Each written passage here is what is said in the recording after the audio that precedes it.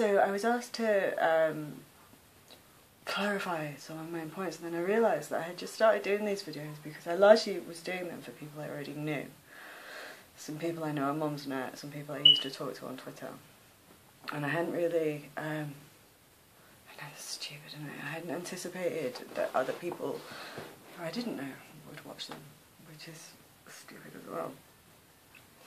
So I thought I should clarify what had happened. My name is Lisa Muggeridge. I'm a mum. I spent time in the looked after system as a child, as a young person. And so I have kind of a hyper-developed understanding of institutions.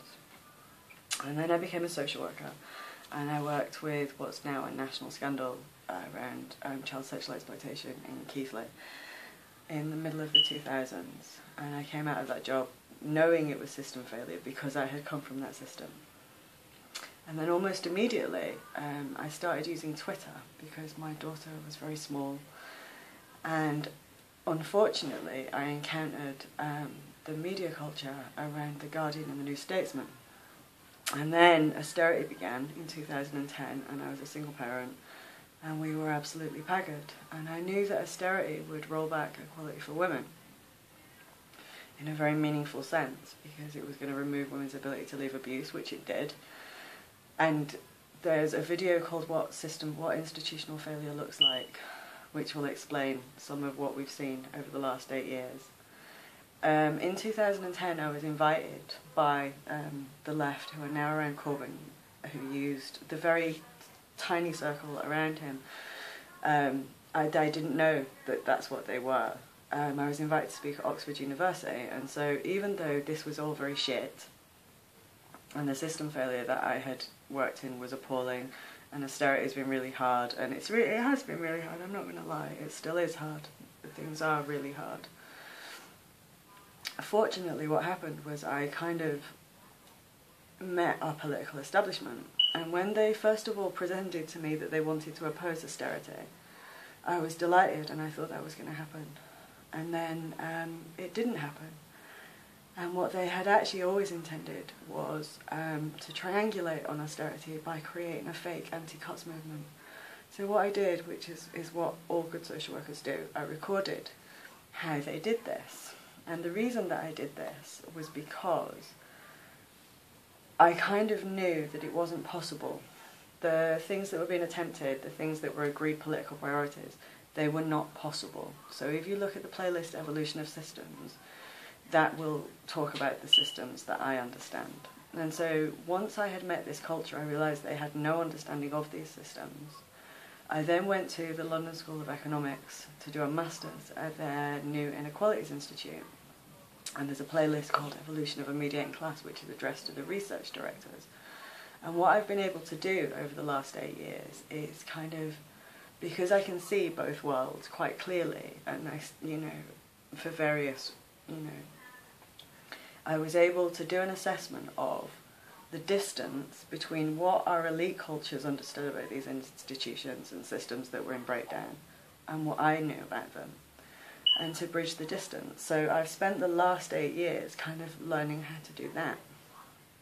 And so I really wasn't doing it. I've never tried to be a public figure. I have written for publication, but I tend not to. I was shortlisted for the Orwell Prize in 2012.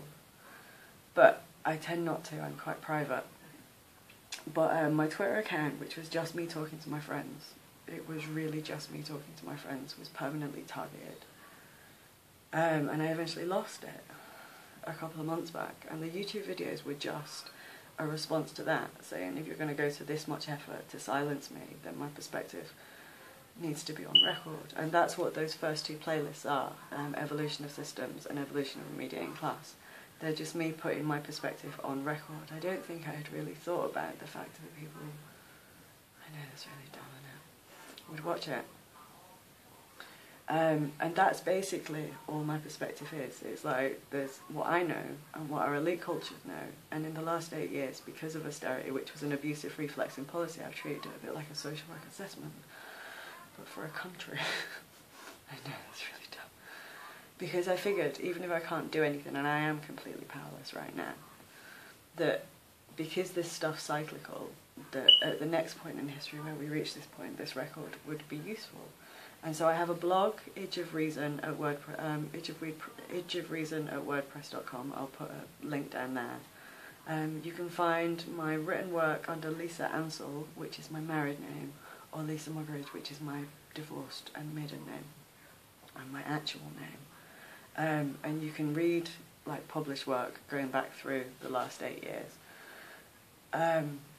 But yeah, these videos were just initially about saying you can fucking drive me off Twitter, but actually the world doesn't function the way that you think it can. And because the culture that did it around The Guardian, their entire power base is kind of based on being able to stop people talking about consensus by channeling everything into bullshit tribalism, I wanted to demonstrate that you can't do that. And I've been trying to do that for about 8 years, to demonstrate you can't disenfranchise someone with welfare policy in the digital age. And so what I've been doing is going from elite institution to, that sounds terrible, doesn't it? You know, making sure that I wrote for the left and the right of the national press, and making sure that I attended that university. And luckily, because the activists that spent 8 years preventing discussion on welfare reform so they could get Corbyn to Downing Street, luckily because I was there from the start with them, I've been able to record and observe them from the beginning. So my perspective has value for that, I think. If there is anything you want me to clarify, I'm really all good with that. I accept my perspective is completely niche. I don't even, people's eyes glaze over when I start talking about some of this stuff. But what I'm trying to do is highlight the distance between where elite policymakers are on understanding the system that we've got and the system that we've actually got, and to bridge that distance in a hopefully useful way. I'm pretty much unemployable because what I'm qualified to do is jobs that are only really open to posh Oxbridge people. But I do have a very hyper-developed understanding of this stuff. I do have an understanding of inequality and the way it shapes our political economy that other people don't have. And I have witnessed the terrible behaviour that was used by the Labour left to prevent discussion of austerity, to get Corbyn to Downing Street. And I do genuinely believe that Jeremy Corbyn and his followers, after what I've seen in the last 8 years, are a direct risk of fascism. So it's partially about getting my perspective on record, because the minute you put their perspective in the context of mine, their bullshit falls apart. So that's quite useful, I think. I hope that kind of helps.